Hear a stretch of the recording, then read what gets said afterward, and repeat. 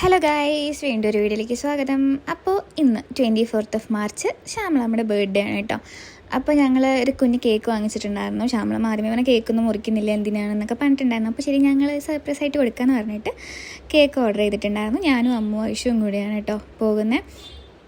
ഞങ്ങളുടെ വീട്ടിൽ നിന്ന് ഒരു 2 വീട് കഴിഞ്ഞാൽ ശ്യാമളമ്മയുടെ വീടാണ്.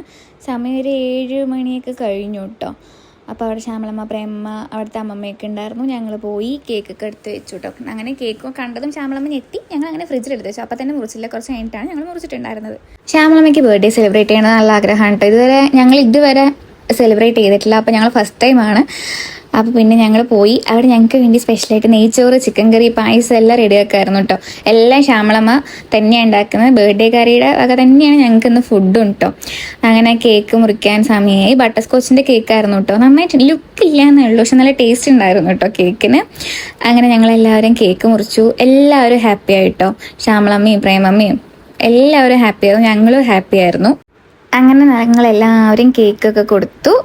പിന്നെ ഫുഡ് കഴിക്കാനുള്ള ഇതിലായിരുന്നു ഞങ്ങളെല്ലാവരും. ഫുഡ് എന്നൊറ്റ വിചാരമായിരുന്നു.